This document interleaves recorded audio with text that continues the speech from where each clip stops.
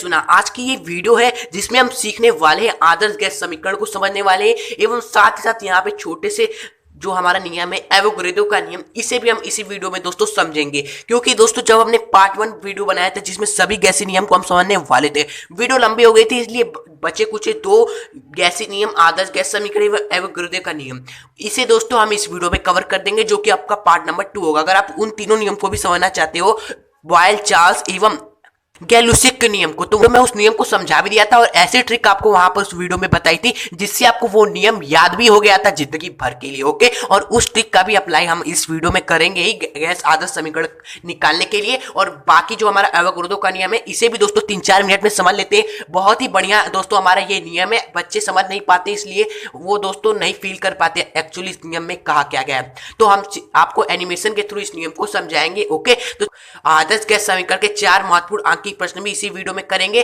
के बाद आपके 4 नंबर पक्के हो जाए। क्योंकि गैसीय समीकरण से संबंधित दोस्तों आपका न्यूमेरिकल्स जरूरी आता है और जो जो न्यूमेरिकल्स पूछे जा सकते हैं उन सभी न्यूमेरिकल्स में से 4 महत्वपूर्ण अंक के प्रश्न हम आपको करेंगे जिससे आपके दोस्तों 4 नंबर पक्के हो जाए अगर आए दोस्तों। ओके, तो ये परीक्षा उपयोगी होगी, सभी टाइप्स ऑफ न्यूमेरिकल्स हम आपको कराने वाले हैं। तो चलिए आप वेट नहीं करते, वीडियो को करते हुए स्टार्ट और कर देते हैं इस टॉपिक को आज क्लियर।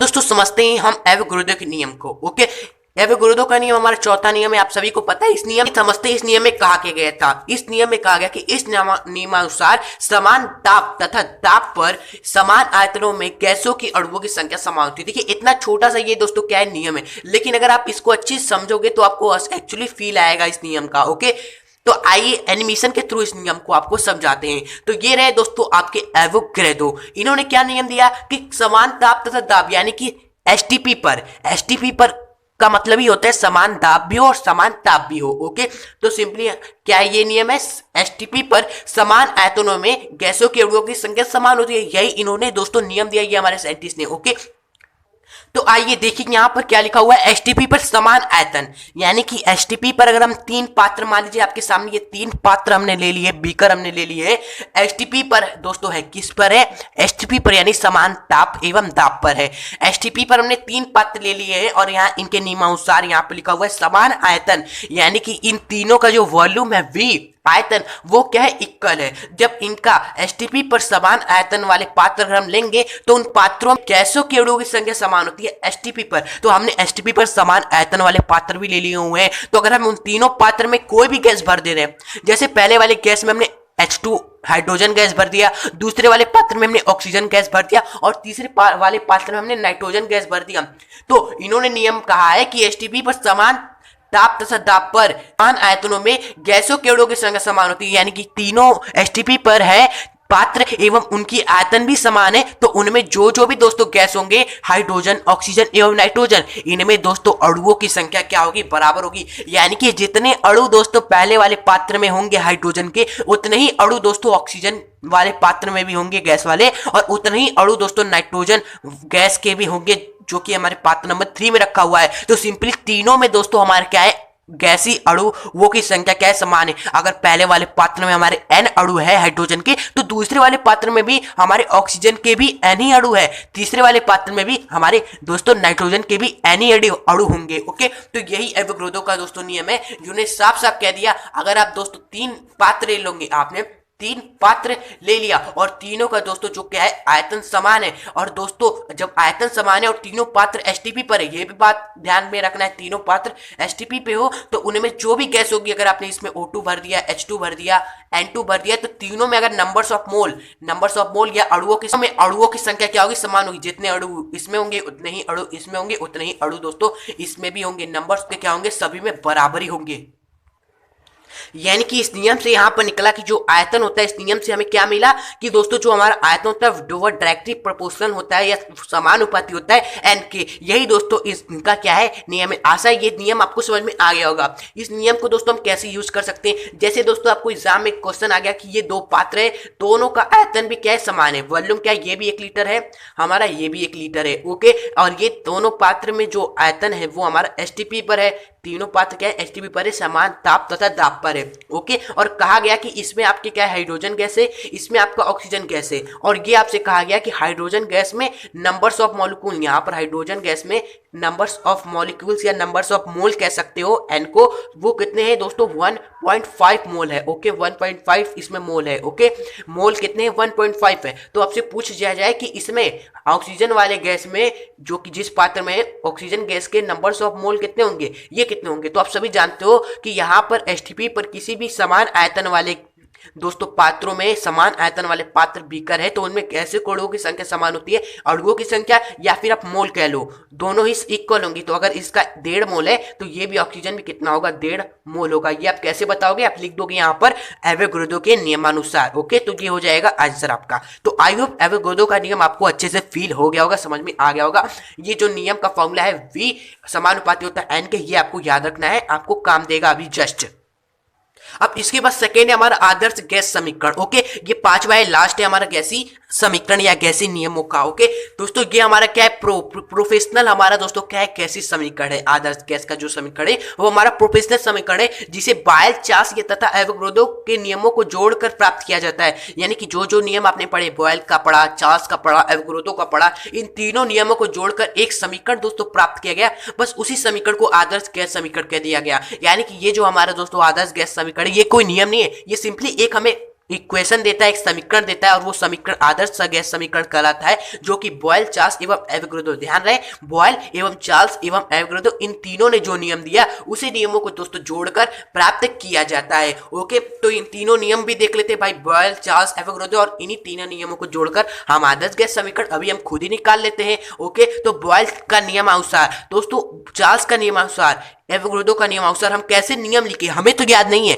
सर। अरे तो कोई बात नहीं, हमने आपको ट्रिक जो बताया वो ट्रिक तो याद है। हाँ सर वो ट्रिक हमें याद है जो कि आपने बताया था। ट्रिक में हमने क्या बताया था कि सिंपली आपको नियम याद है कि नहीं ये कोई फर्क नहीं पड़ता, 1 साल हो गया 2 साल हो गया, अगर आपको ट्रिक क्या पता है छोटा सा तो ये आप दोस्तों नियम आसानी से निकाल लोगे। तो ट्रिक क्या था पी, सर ट्रिक में आपने क्या दिया था कि आपको सिंपली पी वी टी ये 3 चीज लिख लेने हैं। पी हमारा दाब होता है, वी हमारा आयतन, टी हमारा ताप, ये सिंपली बात है। हाँ आपको तीनों पे क्या लिख देना है, यहाँ पर पहला नियम हमारा क्या होता है बॉयल का होता है तो यहाँ पर बॉयल लिखेंगे। यहाँ पर क्या होता है दूसरा नियम चार्ल्स का होता है, ये चार्ल्स लिखेंगे। और तीसरा नियम उस वीडियो में हमने क्या पढ़ाया था गैलुसेक का नियम, तो यहाँ पर आप गैलुसेक लिखेंगे। ओके तो ये आपको कल काम कर लेना है। फिर उसके बाद आपको क्या करना है, इस तरह रिलेशन बनाना है। पी का वी में इस तरह रिलेशन बना, वी का टी में इस तरह रिलेशन बनाना है, एवं टी का पी में रिलेशन बनाना है। और रिलेशन कैसा होगा, समानुपाती होगा। यानी कि यहाँ पर भी समानुपाती, यहाँ पर भी समानुपाती, यहाँ पर भी समानुपाती, लेकिन यहाँ पर एक चेंजेस करेंगे, आप बटा समानुपाती लगाएंगे। क्योंकि आपको पता है बॉयल के नियम में क्या होता है दोस्तों, हमारा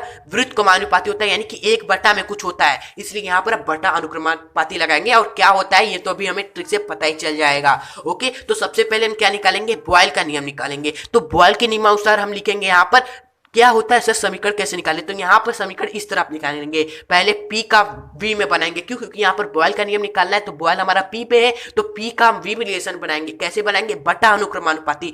यानी कि जो हमारा V है उसका रिलेशन P के साथ कैसा है, जो हमारा P V के संबंध रिलेशन कैसा है, बटा अनुक्रमानुपाती। यानी कि एक तरफ P V लिख दिया, एक तरफ हमने P लिख दिया। ओके और ये दोनों क्या है, बटा अनुक्रमानुपाती है। यानी कि यहाँ पर 1 बटे में आप लिखोगे, यहाँ पर सिंपली बस V अनुक्रमानुपाती होता है या वृत्त क्रमानुपाती होता है दोस्तों हमारे दाब के। ओके और वहां पर इस नियम में कोई चीज हमारी स्थिर भी थी। क्या स्थिर था हमारा, सर आपने यहाँ पर तापमान के साथ रिलेशन नहीं बनाया, केवल आपने पीवी का साथ रिलेशन बनाया है बॉयल के नियम में। तो यहाँ पर तापमान ही क्या होता है दोस्तों, स्थिर होता है इस नियम में। तो इस तरह नियम हम याद कर सकते हैं कि स्थिर ताप पर जो हमारा आयतन होता है वो उसके ताप की वृत्त क्रमानुपाती होता है। ये नियम निकल कर आ गया बिना याद करे। दूसरा नियम हमारा क्या है, चार्ल्स का नियम। चार्ल्स का नियम कैसे निकालेंगे, देखिए चार्ल्स यहाँ पर लिखा हुआ है तो हम इस यहाँ से स्टार्ट करेंगे, वी का टी में रिलेशन बनाएंगे। तो सिंपली यहाँ पर तो कोई बटा वाली बात नहीं है सर, सिंपली यहाँ पर समानुपाती। यानी भी किसी भी गैस का जो आयतन है, आयतन वो सिंपली समानुपाती हो जाएगा उसके टेम्परेचर टी के। सिंपली यही आपका नियम हो जाएगा। और यहाँ पर सर स्थिर क्या रहेगा इस नियम में, चार्ल्स के नियम में क्या स्थिर रहेगा, तो देखिए आपने वी एवं टी के साथ रिलेशन बनाए तो जो ये आपका दाब है ये पी, ये आपका क्या रहेगा दोस्तों, स्थिर रहेगा। तो यहाँ पर जिसके साथ रिलेशन नहीं बनेगा वही आपका क्या रहेगा, स्थिर होगा, स्थिर दाब पर। और यहाँ पे हमारा क्या था, यहाँ पर क्या था, स्थिर ताप था इस नियम में। ओके तो ये हो गया चार्ल्स का नियम। अब एवोगैड्रो का नियम तो आपने अभी भी पढ़ा है, जो v अनुक्रमानुपात है नंबर्स ऑफ मोल या अणुओं की संख्या पर। ओके, यहाँ पर गैलोसिक का नियम भी निकालना होता है, तो इसमें रिलेशन बना लेते हैं। तो रिलेशन में क्या आता, p अनुक्रमानुपाती t, यहाँ पे p का t में करेंगे यहाँ पर इस तरह, तो आपका p अनुक्रमानुपाती हो जाएगा t से गैलोसिक के नियम में, और यहाँ पर स्थिर क्या रहेगा, आयतन स्थिर रहेगा। तो गैलोसिक का नियम तो हमें चाहिए नहीं, हमें एवोगैड्रो का चाहिए। तो उसके बाद तीसरे में जो अभी अभी हमने पढ़ा v अनुक्रमानुपाती होता है n के, ये हो गया, तीनों नियम हमने लिख दिया। ओके, समझ लिए दोस्तों? हाँ समझ गए सर। अब हम क्या करेंगे, तीनों को जोड़ेंगे। अगर आपने मान लिया, इसको आपने क्या मान लिया, एक मान लिया, इसको आपने क्या मान लिया, दो मान लिया, इसको आपने मान लिया क्या, तीन मान लिया, तो आदर्श गैस समीकरण हम कैसे प्राप्त करेंगे? आदर्श गैस समीकरण हम कैसे प्राप्त करेंगे?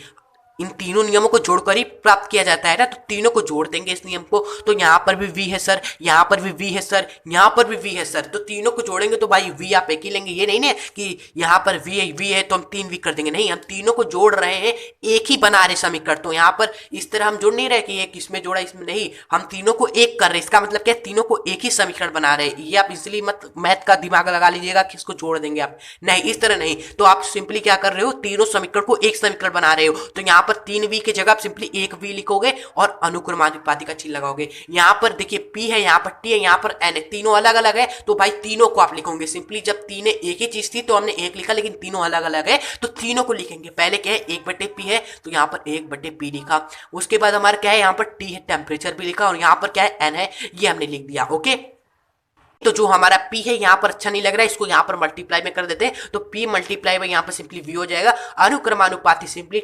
n को आगे ले आते हैं और t हमारा यहाँ पर रहेगा। ओके, तो के आगे सॉल्व करेंगे तो भाई हमें फॉर्मूला चाहिए, समीकरण चाहिए, तो अनुक्रमानुपाती का चिन्ह हटा देते हैं। तो ये अनुक्रमानुपाती का चिन्ह हटाएंगे तो सिंपली आपका जो एक कांस्टेंट नियतांक लग जाता है, उसे हम दोस्तों r कहते हैं। इसे गैसीय नियतांक या गैसीय स्थिरांक बोला जाता है, और बाकी का जो n आपका t है ये आपका लग जाएगा। दोस्तों यही आपका क्या है, गैसीय समीकरण है। आप इसे इस तरह भी लिख सकते हो, pv बराबर nRT, इस तरह आपका अच्छा लगेगा देखने में। तो pv बराबर nRT आपका क्या है दोस्तों, आदर्श गैस समीकरण, जो कि बॉयल, चार्ल्स एवं एवोगैड्रो के नियमों को जोड़कर प्राप्त किया गया है। जहां पर साफ साफ हमने बताया आर हमारा क्या है, गैस स्थिरांक या गैस नियतांक है, साफ बात है। और इस आर का मान तब क्या होता है सर, आर का मान आपको हमेशा याद रखना है 0.0821 एटीएम लीटर पर मोल केल्विन होता है। वैसे आर का मान कुछ और भी चीजें होती हैं, जहां पर अगर आप एटीएम को क्या बदल दो, जूल, लीटर को एटीएम को, ये दाब का मात्रक है तो इसको आप दाब का तो पास्कल भी मात्रक होता है, पास्कल दाब का बार भी मात्रक होता है। तो जब आप इसको इंटरचेंज करोगे, लीटर को मिलीलीटर में बदलोगे या केल्विन को आप सेल्सियस में बदलोगे, तो भाई आर का भी मान बदलता जाएगा। ओके, तो यहाँ पर आर का मान ये आपको कब लेना है, ये आपको दोस्तों आर का मान कब लेंगे, ये आर का मान दोस्तों हम कब लेंगे, जब हमारा दोस्तों क्या हो, दाब, जब हमारा दाब क्या हो, प्रेशर क्या हो, एटीएम में आपको दिया गया हो, जो आयतन आपका क्या हो, आयतन आपका दोस्तों क्वेश्चन में लीटर में दिया हो, और दोस्तों जो नंबर्स ऑफ मोल है वह मोल में ही होते हैं, इसमें कोई टेंशन की बात नहीं है, और जो तापमान है वो आपका केल्विन में हो। ओके, तो जब ये सभी चीजें होंगे तो आर का मान आप ये सिंपली चेक से ले लोगे। ओके, ये कब हम लेने की बात करें, जब आप न्यूमेरिकल्स को सॉल्व करोगे। तो ये दोस्तों हमने आपको सिंपली समझा दिया आदर्श गैस समीकरण को, और एवोगैड्रो का नियम भी अच्छे से समझा दिया।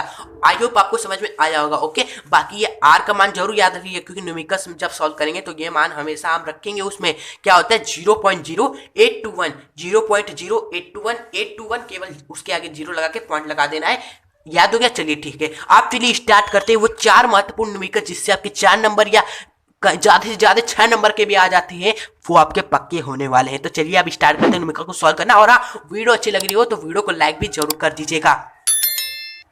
तो सबसे पहला न्यूमेरिकल है आपके सामने, क्या है न्यूमेरिकल, मेथेन CH4 के 32 ग्राम में 380 mmHg दाब पर व 27 डिग्री सेल्सियस तापमान पर इस गैस द्वारा घेरा गया आयतन क्या होगा, यह आपको बताना है। तो यहां पे आप सोच रहे होंगे कि सर यहां पर हमें क्या दे दिया है, दाब, इतना हमें दाब क्या दिया, mmHg में दे दिया है। आपने तो बताया दाब हमारा क्या होता है, एटीएम में लेना है, दाब हमें एटीएम में लेना है जब भी न्यूमेरिकल सॉल्व करना है। तो ये हम क्या करें, अब ये इसको कैसे करें। तो जब हमने आपको गैसीय समीकरण पढ़ा रहे थे पहला वीडियो, उसमें हमने आपको बता दिया था जो दाब होता है वो क्या होता है दोस्तों, दो तीन चीजों में हो सकता है, या तो आपका एटीएम में हो सकता है, या फिर mmHg में भी होता है दाब, या फिर आपका जो दाब है वो बार में हो सकता है। ओके, तो दोस्तों जनरली आपको क्या याद रखना है, एटीएम mmHg। तो हमारा एक एटीएम हमारा किसके बराबर होता है, 760 mm Hg के बराबर होता है। ओके, तो सिंपली आपको यही रिलेशन याद रखना है क्लास, अगर आप 11th में हो, अगर आपको इस नियम से संबंधित अगर एग्जाम में क्वेश्चन आए तो आपको यही रिलेशन बस याद रखना है कि जब भी हमें एक एटीएम का बराबर होता है 760 mmHg के, इसका मतलब ये है कि अगर हमें कोई दाब क्या हो mmHg में दिया हो तो उसे एटीएम में बदलने के लिए आप हमें क्या कर देना है, 760 से भाग कर देना है। यानी कि अगर 380 हमारा है यहाँ पर mmHg, इसे अगर हम एटीएम में चाहिए भाई, ये कितने एटीएम के बराबर होगा, तो सिंपली आप 7 से 60 से भाग कर दोगे तो आपका क्या निकल कर आ जाएगा, एटीएम में आ जाएगा। बस अगर आपको mmHg में दिया हो तो 760 से भाग कर देंगे तो आपका एटीएम में आ जाएगा। और बाकी ये रिलेशन आपको याद रखना है कि ये एटीएम 760 mmHg के बराबर होता है, इसलिए ये हम भाग कर रहे हैं तो एटीएम में हमारा आ रहा है। ओके, तो बस न्यूमेरिकल को चलिए उड़ाना शुरू करते हैं। न्यूमेरिकल में पहला दिया है मेथेन जो CH4 के 32 ग्राम में, यानी कि जो मेथेन का द्रव्यमान है, यानी कि जो मेथेन का भार हमें दिया हुआ है, ये क्या है, हमारा भार है, जो कि मेथेन है हमारा कितना है, ये 32 ग्राम है। ओके, और दूसरी बात हमें क्या दी हुई है, 380 mmHg दाब पर है, यानी कि जो प्रेशर है वो 380 mmHg है हमारा। ओके, तो हम सिंपली जानते हैं उसे एटीएम में बदलेंगे तो हम लिख सकते हैं या फिर 380 बटे 760 एटीएम, इसको डिवाइड करेंगे तो आप साफ साफ देखोगे 0.5 एटीएम आपका निकल कर आएगा। ओके, 0 से 0 कटा और भाग करोगे तो ये आपका एटीएम में आ जाएगा। ओके, उसके बाद हमें दिया हुआ है 27 डिग्री सेल्सियस पर, यानी कि जो तापमान है वह कितना है, 27 डिग्री सेल्सियस है। तापमान तो हमें केल्विन में चाहिए, तो केल्विन में कैसे निकालेंगे, तो यहाँ पे लिखिए 273 में बस वही डिग्री सेल्सियस आप जोड़ देंगे तो आपका आ जाएगा, आपको पता होगा। तो ये आपका क्या निकल कर आया, 300 केल्विन तापमान निकल कर आ गया। और कुछ दिया हुआ है कि पूछा गया है घेरा गया आयतन ज्ञात कीजिए, यानी कि जो गैस हमारा आयतन घेरेगी वह क्या होगा। तो सिंपली लिखेंगे यहाँ पर आदर्श गैस समीकरण के अनुसार क्या होता है, पीवी बराबर होता है nRT के। हमें दिया हुआ है पी, हाँ सर दिया हुआ, आयतन हमें पूछा है, चलिए निकाल लेंगे। हमें टेम्परेचर भी दिया हुआ है, यहाँ पर n हमें नहीं दिया हुआ है, n का मान हमें नहीं दिया हुआ है, तो n का मान हम कैसे निकालेंगे, ये क्या है, नंबर्स ऑफ मोल है। मोलों की संख्या किसके बराबर होती है, मोलों की संख्या किसके बराबर होती है, भार बटे मोलर मास। जो भी तत्व की या कोई भी एलिमेंट है या कोई भी दोस्तों हमारा यौगिक है, उसकी मोलों की संख्या निकाली होती है, तो हमने पढ़ा है उसका दिया गया भार, उसका जो भी भार है वेट है वो, और बटे में उसका मोलर द्रव्यमान यानी कि मोलर मास या कह सकते हो अणु भार, उससे डिवाइड कर दिया जाता है, तो हमारा नंबर्स ऑफ मोल निकल कर आ जाते हैं। तो देखिए भार में दिया हुआ है, हाँ सिंपली दिया हुआ है 32 है, तो यहाँ पर 32 हमने लिखा। और अणु भार हम कैसे निकालेंगे, यहाँ पर अणु भार किसका, अणु भार यहाँ मेथेन CH4 का, तो यहाँ पर CH4 का मोलर द्रव्यमान हम कैसे निकालेंगे, इसके अणुओं का मोलर द्रव्यमान आपको निकालने आता होगा। पहले कार्बन का लिखेंगे, कार्बन 12 ग्राम होता है इसका, एवं यहाँ पर कार्बन का 12 होता है, एवं हाइड्रोजन का 1 होता है, लेकिन 4 हाइड्रोजन है तो 4 से मल्टीप्लाई करेंगे तो 12 4 कितना हुआ 16 ग्राम। तो ये मोलर द्रव्यमान आ गया, यानी कि अणु भार आ गया, तो यहाँ पर 16 लिखेंगे, सिंपली आपका 2 मोल आएगा आपका। ओके, तो ये नंबर्स ऑफ मोल n का मान आ गया, तो आप सिंपली मान रखिए और आपका आयतन आ जाएगा। तो यहाँ पर आयतन बराबर किसके होगा, nRT बटे ये दाब को नीचे लेके आएंगे तो P, तो सिंपली मान रखिए n आपका क्या है 2 है, R आपका क्या है 0.0821 हमें याद है, एवं टेम्परेचर क्या है आपका 300 केल्विन हमने निकाला है, एवं दाब आपका कितना लग रहा है, दाब 0.5 लग रहा है। तो सिंपली इसको सॉल्व करेंगे तो आपका क्या निकल कर आएगा, यहाँ पर आप देखोगे 0.5 से 2 आपका 4 बार में जाएगा, और यहाँ पे 4 यहीं आपका 12 निकल कर आएगा, 12 गुणे 0.0821 मल्टीप्लाई बाई यहाँ पर 100, यहाँ पर 3 से मल्टीप्लाई कर दिया सिंपली 4 में, बाकी 100 हमने इसी तरह आने दिया। ओके, यहाँ पर फिर क्या करेंगे, 12 का इसमें मल्टीप्लाई करेंगे तो आपका इसमें मल्टीप्लाई करेंगे तो आपका 98 52 निकल कर आएगा। और पॉइंट कितने अंक के बाद है, यहाँ पर 1 2 3 4 अंक के बाद है, तो 4 अंक के बाद यहाँ पर पॉइंट लगा दीजिए, मल्टीप्लाई बाई 100। बस यहाँ पर पॉइंट के यहाँ पर 100 से मल्टीप्लाई करेंगे तो आप सभी जानते हो यहाँ पर ये 2 पॉइंट जो है इधर घसक के आ जाएगा। ओके, तो सिंपली ये 98.52 आपका लीटर में आएगा दोस्तों, आयतन का आंसर होगा। तो ये पहला हमने कर लिया। आइए दूसरा देखते हैं।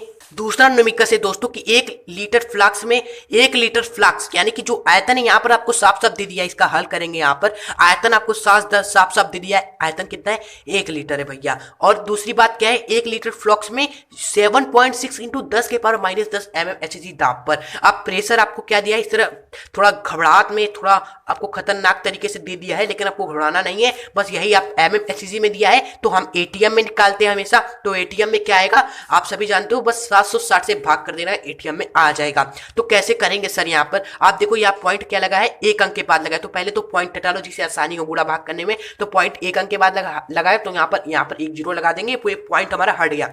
आप सिंपली 76 से हमारा क्या जाएगा, 7600 कितने बार में जाएगा, 100 बार में जाएगा। हाँ सर, और 100 को हम क्या लिख सकते हैं, 10 की पावर 2 लिख सकते हैं। हाँ सर, स्क्वायर लिख सकते हैं। तो हम ऐसे क्यों लिखा, क्योंकि यहाँ पर 10 की पावर है, यहाँ पर भी हमने 10 की पावर कर दिया। तो देखिए आधार सब समान होते हैं तो और बटे में होता है दोनों चीज, तो हम सिंपली पावर हम घटा देते हैं ऊपर। तो सिंपली हम यहाँ पर प्रेशर किसके बराबर हो जाएगा, यहाँ पर 10 की पावर -10 है हम, और यहाँ पर ये 2 क्या है, पॉजिटिव में है तो ऊपर जाएगा, नेगेटिव में हो जाएगा। तो सिंपली यहाँ पर 10 के पावर माइनस का आपका 12 एटीएम निकल कर आ जाएगा। ये दाब आपका निकल कर आया। आगे पढ़ेंगे, इतना दाब पर ऑक्सीजन गैस भरी हुई है, 0 डिग्री सेल्सियस तापमान पर गैस के अणुओं की संख्या निकालनी है। यानी जब तापमान आपका क्या हो, 0 डिग्री सेल्सियस हो। सर हम तो तापमान केल्विन में निकालते हैं, तो केल्विन में क्या होगा, केल्विन में आपका क्या करोगे, बस 273 में यही जीरो आप जोड़ दोगे, 73 में जीरो जोड़ेंगे तो हमारा 273 ही केल्विन आएगा। तो तापमान आपको 273 आपको दे दिया है। इस तापमान में गैस के अणुओं की संख्या निकालनी है।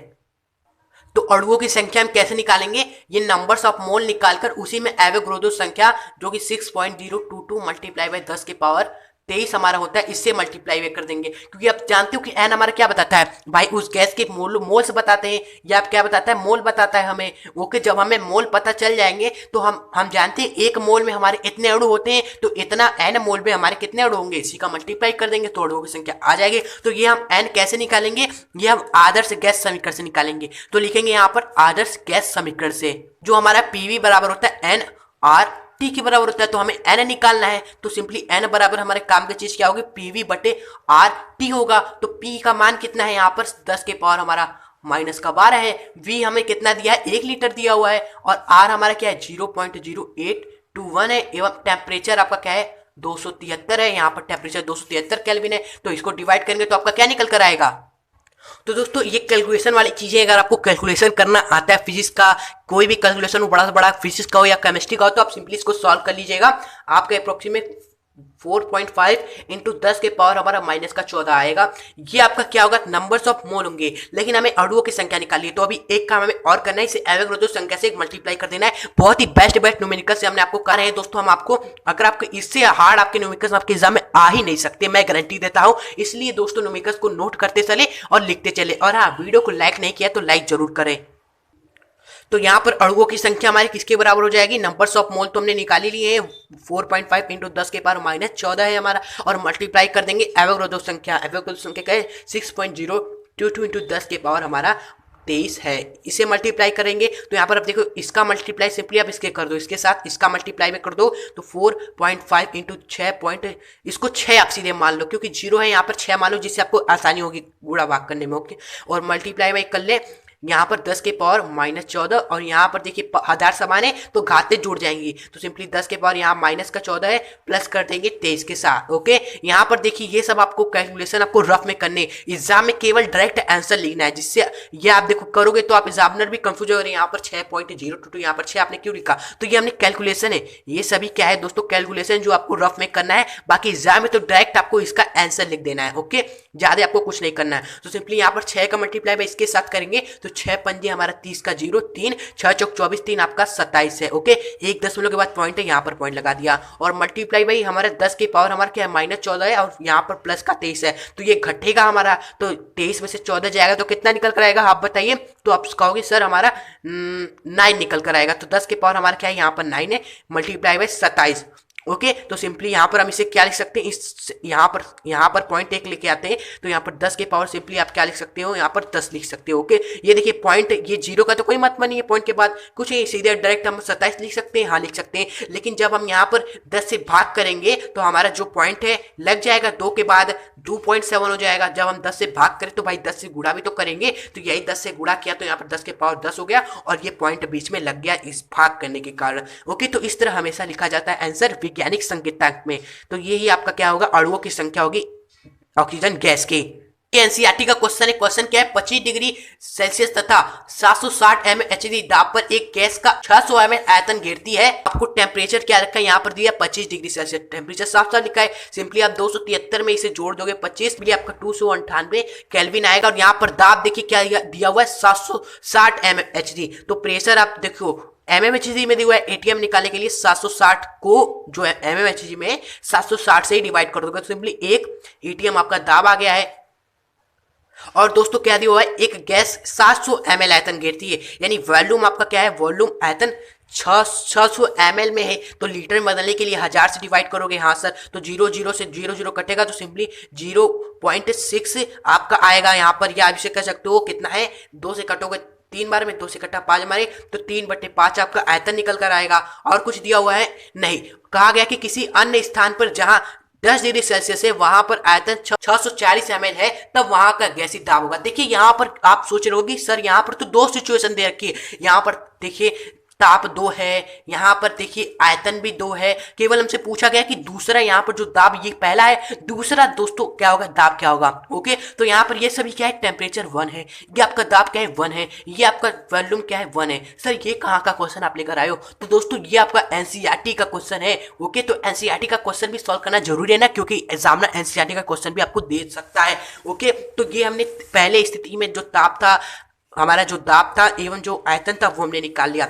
और दूसरे स्थिति में क्या देख रखा है, दूसरे स्थिति में तापमान दे रखा है, दूसरी स्थिति में 10 डिग्री सेल्सियस है, यानी जो हमारा T2 है वो हमारा कितना है 10 डिग्री सेल्सियस है। यानी कि अगर केल्विन में बदलेंगे तो 273 में जोड़ देंगे, तो जोड़ेंगे तो कितना आएगा 283 आपका केल्विन आएगा। देखिए आप करते रहिए, अभी देखिए आपका आंसर जस्ट निकल कर आएगा, जो भी पूछा है सब निकल कर आएगा आदर्श गैस समीकरण से।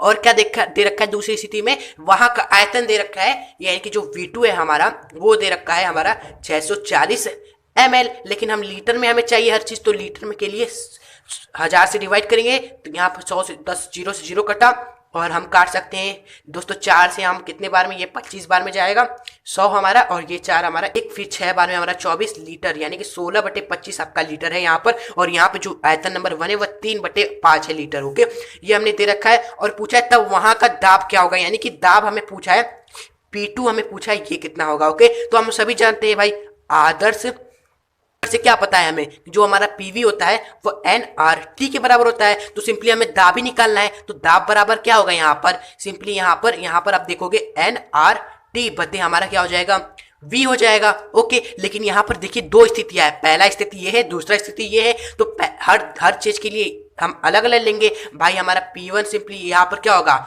nRT1/V1 होगा, और P2 के लिए हम क्या लेंगे, P2 के लिए हम देखेंगे nRT2 अपॉन यहाँ पर सिंपली V2 ले लेंगे, तो ये दोनों स्थिति के लिए हो जाएंगे।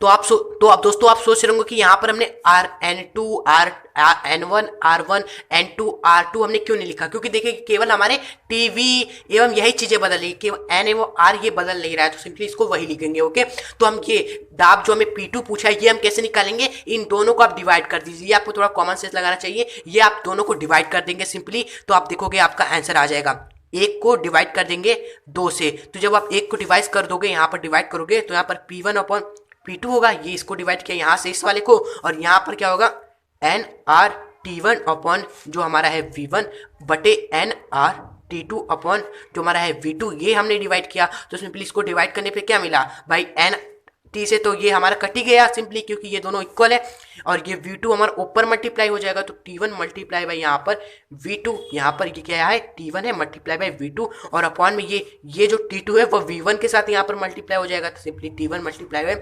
V2। तो बस यही सभी मान रखेंगे, यहाँ पर P1 का मान रख दीजिए यहाँ पर सिंपली, तो आगे हल करेंगे यहाँ पर दोस्तों, यहाँ पर आगे हल करते हैं, यहाँ जगह थोड़ा नहीं है यहाँ पर। तो P1 हमें दे रखा है, P1 तो हमने निकाल ही रखा है, क्या निकल कर आया P1 हमारा यहाँ पर एक एटीएम, P1 हमारा क्या है एक एटीएम, जो दिया है वो हम साफ साफ लिखी रखे, स्टार्टिंग में लिखी रहे थे। तो P1 हमें दिया हुआ एक एटीएम, P2 हमें पूछा है बराबर T1, टेम्परेचर 1 हमारा क्या था दोस्तों, टेम्परेचर 1 यहाँ पर देखिए हमारा 25 डिग्री सेल्सियस था, जिसे केल्विन में हमने 298 के बदला था।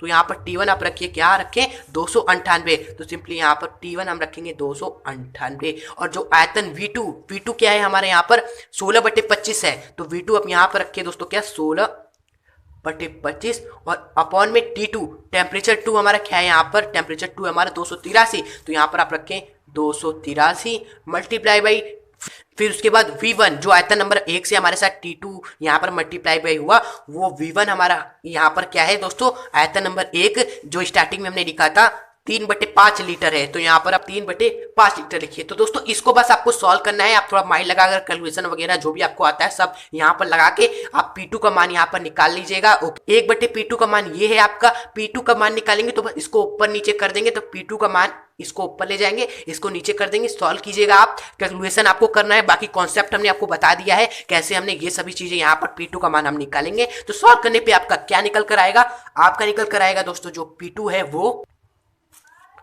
0.890 दोस्तों आपका क्या होगा, ATM होगा, यही था P2 का। ओके, तो ये हमने निकाल लिया है। आपको निकालना है मल्टीप्लाई वगैरह, आप कुछ भी आप भाग करके मोबाइल से कैलकुलेशन वगैरह करके जो भी आपको आता है करके आप निकाल लीजिएगा। ओके, तो आप देख लिया हमने तीसरा न्यूमेरिकस। अब हम चलते चौथे न्यूमेरिकस को देखते हैं।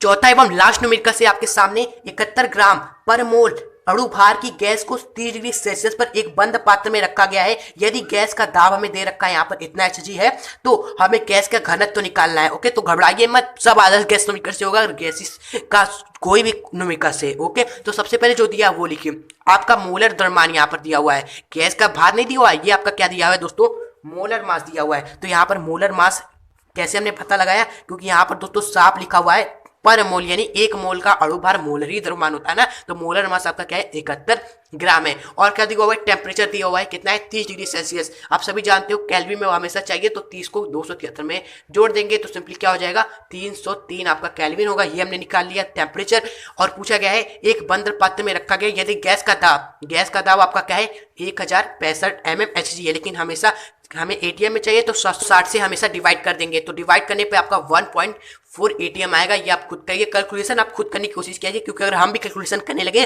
तो वीडियो अधिक लंबी हो जाएगी। ओके, ये सब कैलकुलेशन आप वीडियो को पॉज करके करा कीजिए। तो प्रेशर आपका 1.4 ATM आया है यहाँ पर डिवाइड करने पर, ये हमें मिल गया। और पूछा क्या गया है, और कुछ नहीं दिया हुआ है, आप हमसे पूछा गया है घनत्व D बराबर क्या होता है। तो सिंपली ये घनत्व D बराबर का फॉर्मूला गैस के लिए दोस्तों आप सिंपली याद रख सकते हो। यहाँ पर जो घनत्व D सिंपली या P रो आप कहते हो, इसको इस तरह प्रदर्शित करते हैं, ये PV/RT होता है। ये कैसे होता है ये भी आप समझ लीजिए। देखिए जो हमारा आदर्श गैस समीकरण PV बराबर nRT होता है, हाँ RT होता है। आप सभी जानते हो घनत्व डेंसिटी बराबर क्या होता है, घनत्व बराबर होता है भार बटे आयतन, यानी वस्तु या किसी भी गैस का कितना भार है एवं वो कितना आयतन घेरी, इसको डिवाइड कर देंगे तो घनत्व मिल जाएगा। और यहाँ पर आयतन में कहाँ से मिलेगा, आयतन में यहाँ से मिलेगा इस गैसीय समीकरण में। यहाँ V तो हमें दे रखा है, हमें चाहिए और क्या, हमें चाहिए भार किसी गैस का या किसी भी पदार्थ का अगर घनत्व निकालेंगे तो उसका भार हमें चाहिए। तो गैस का भार में कहाँ से मिलेगा, तो भार में यहाँ n से मिलेगा, क्योंकि n का सूत्री होता है, नंबर्स ऑफ मोल का सूत्री होता है भार बटे उसका द्रव्यमान। तो भार बटे द्रव्यमान n का सूत्र जब आप यहाँ रखोगे तो आपको भार में मिल जाएगा, लेकिन चाहिए आपको डेंसिटी घनत्व, तो यहाँ पर आपको बनाना पड़ेगा W बटे V। तो W बटे यहाँ पर m है, तो m को हम यहाँ पर सिंपली मल्टीप्लाई करते हैं, हटाते हैं, और V को यहाँ पर लेकर आते हैं, तो W/V रहेगा और यहाँ पर RT रहेगा। तो सिंपली यहाँ पर W/V हमारा क्या बन गया, डेंसिटी बन गया यहाँ पर, और बाकी बराबर में आपका PM है, और आपको डेंसिटी ही केवल चाहिए, W/V चाहिए, तो RT को भी खसकाइए, इधर गुणा में नीचे RT भाग में आ जाएगा। तो यही आपका दोस्तों डेंसिटी का सूत्र होगा PV बटे RT, जो कि हमने यहाँ पर लिखा हुआ है। तो कैसे आइए ये हमने आपको बता दिया। ओके, अब आइए इसको सॉल्व करते हैं। तो डेंसिटी बराबर लिखेंगे, हम जानते हैं जो हमारा घनत्व होता है वो हमारा PM/RT होता है, और P हमारा दाब हमारा कितना है 1.4 ATM है। मास अभी स्टार्टिंग में ही दे रखा है, मोलर मास 71 है, एवं R का मान हम सभी को याद करना पड़ेगा 0.0821 होता है, एवं टेम्परेचर कितना है 303 केल्विन है। तो ये आप गुणा भाग करिएगा, इसको कैलकुलेशन आप करिएगा। कैलकुलेशन करने के बाद आपका दोस्तों जो निकल कर आएगा घनत्व वो कितना होगा, 4 आपका दोस्तों आंसर निकल कर आएगा। यही आपका क्या होगा दोस्तों, घनत्व होगा। तो दोस्तों ये हमने कर लिए दोस्तों 4 महत्वपूर्ण अंकीय प्रश्न जो आपको एग्जाम में फुल नंबर्स लेकर जाएंगे। इसी तरह के न्यूमेरिकल्स आपके एग्जाम में आएंगे। या चेंज क्या होगा, केवल आपको क्या देगा, वैल्यूज का ही चेंज होगा, बाकी सब कुछ सेम रहेगा। आई होप ये चारों न्यूमेरिकल्स आपको समझ में आए होंगे। एवोगैड्रो का आदर्श गैस समीकरण ये भी आपको समझ में आया होगा। अगर समझ में आया है तो इस वीडियो को अपने दोस्तों को भी जरूर शेयर करिएगा, ताकि वो भी सीखे और कुछ नया सीखे। तो दोस्तों आप मिलेंगे ऐसे ही नेक्स्ट वीडियो के साथ। वीडियो अच्छी लगी तो प्लीज वीडियो को लाइक जरूर करिएगा, यहाँ पर क्लिक करके छोटा सा, यही से हमें मिलता है दोस्तों आपसे मोटिवेशन। और चैनल पे नए हो तो सब्सक्राइब करके बेल नोटिफिकेशन आइकन पर क्लिक करके और पर जरूर करिएगा, जिससे ऐसे ही वीडियो दोस्तों आपको मिलते रहे, आपसे कोई भी वीडियो मिस ना हो हमारे चैनल की। ओके, तो आप मिलेंगे ऐसे ही वीडियो के साथ फिर से। गुड बाय, हंसते रहिए, खुश रहिए और फिजिक्स एवं केमिस्ट्री में फुल स्कोर करें।